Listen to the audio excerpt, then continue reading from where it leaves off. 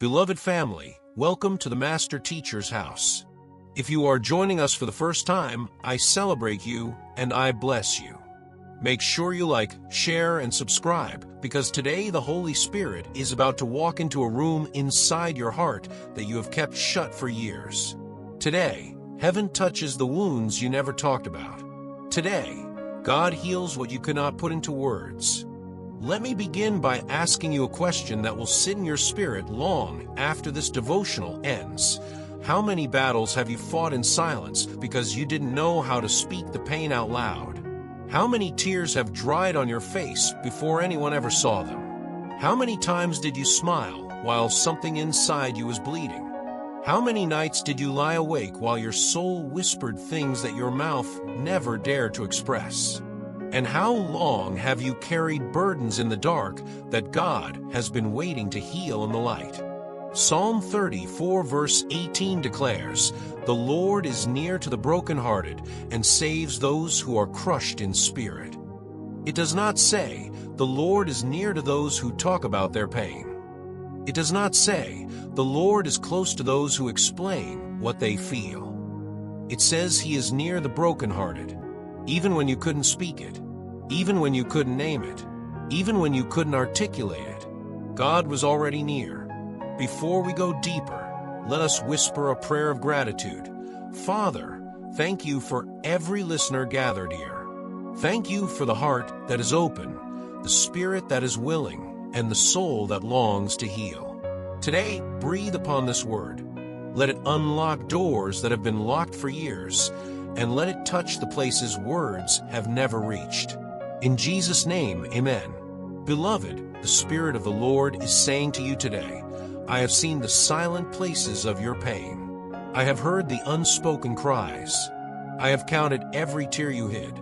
And I am stepping into your story, not as a judge, not as an investigator, but as a healer. You are not weak because you didn't talk about it. You are not broken beyond repair. You are not forgotten. You are not overlooked. You are not abandoned. You are not invisible. Heaven has been closer to you in silence than people were in conversation. Think about Hannah in 1 Samuel 1. The Bible says she spoke in her heart, only her lips moved, but her voice was not heard. No sound, no vocabulary, no explanation, no eloquence, just silent anguish. And yet God heard her. God saw her. God understood the language of her tears.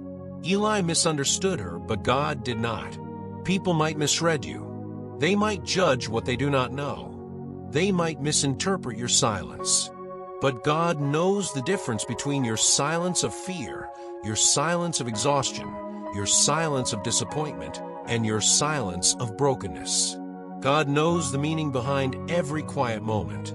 Some of you grew up in environments where expressing pain was not allowed. Be strong. Don't cry. Get over it. Move on. We don't talk about that here. Silence became survival. Silence became your armor. Silence became your mask. Silence became the place where you hid your wounds so no one could weaponize them. But I hear the Spirit saying, today, I break the agreement you made with silence. Today, I release you from a vow you made to keep everything inside. Today, I heal the wound behind your quietness. Beloved, when Jesus met the woman at the well in John 4, He did not wait for her to confess her pain. He named what she could not say. He touched the wound she did not invite Him into. And yet she walked away healed, free, transformed. Why? Because divine healing does not require human articulation. God does not need you to craft your pain into sentences before He restores you. He reads hearts, not paragraphs. He hears groans, not speeches. Romans 8 verse 26 says, "The Spirit Himself intercedes for us with groanings too deep for words." Too deep for words. That means the very place where language fails is where God begins. And beloved, many of you have wounds that live in the too deep for words realm. Childhood hurts, abandonment, betrayal, loss, loneliness, shame, abuse, being misunderstood, being overlooked, being used, being rejected, being unprotected, being mocked, being silenced. You learn to function with wounds that never healed. You learn to excel while broken. You learn to smile while hurting. And the world applauded your strength while God mourned the toll it took on your soul. But today, God is saying, let me touch what you thought you had to hide.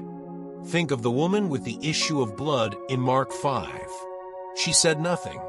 She did not ask for prayer. She did not make a public request. She did not give her testimony. She simply reached. Her healing came through silent action, not spoken explanation. She touched Jesus quietly, and Jesus healed her loudly. God is about to do the same for you. Some of you are like David in Psalm 32, who said, "When I kept silent, my bones wasted away." Silence can suffocate. Silence can suffocate the soul. Silence can suffocate the spirit. Silence can suffocate identity. Silence can suffocate emotional strength. And yet, many of you thought silence was the only way to survive. But hear me, silence may have protected you for a season, but healing will protect you for a lifetime. God is calling you into a season of inner restoration, not by forcing you to speak, but by letting Him reach into the crevices of your heart and breathe where no one else has breathed.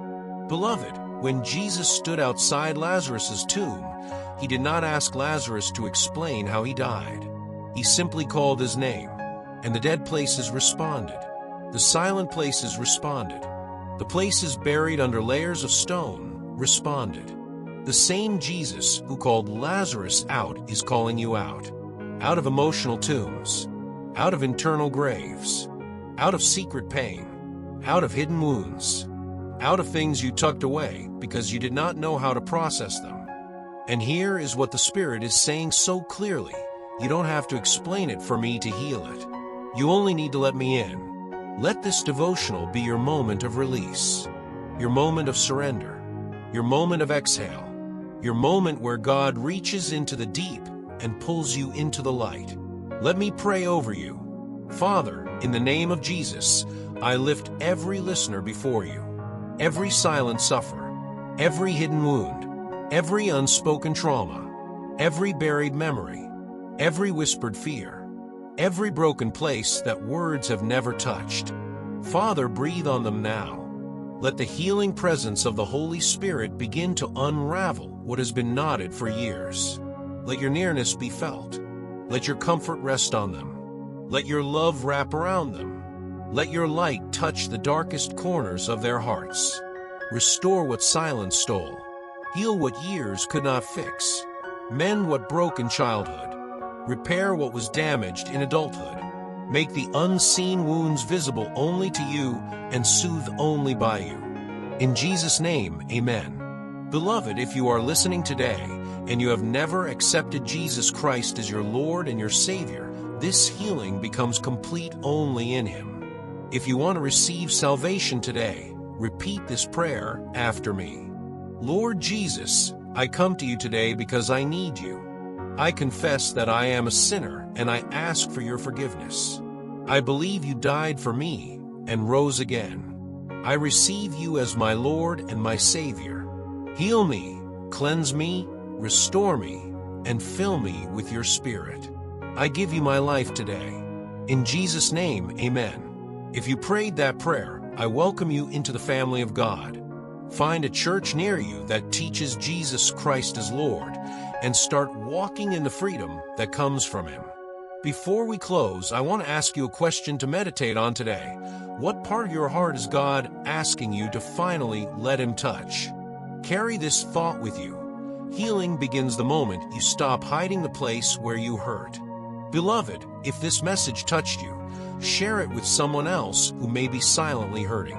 Stay connected, stay prayerful, and stay yielded, because God is doing a deep work in you.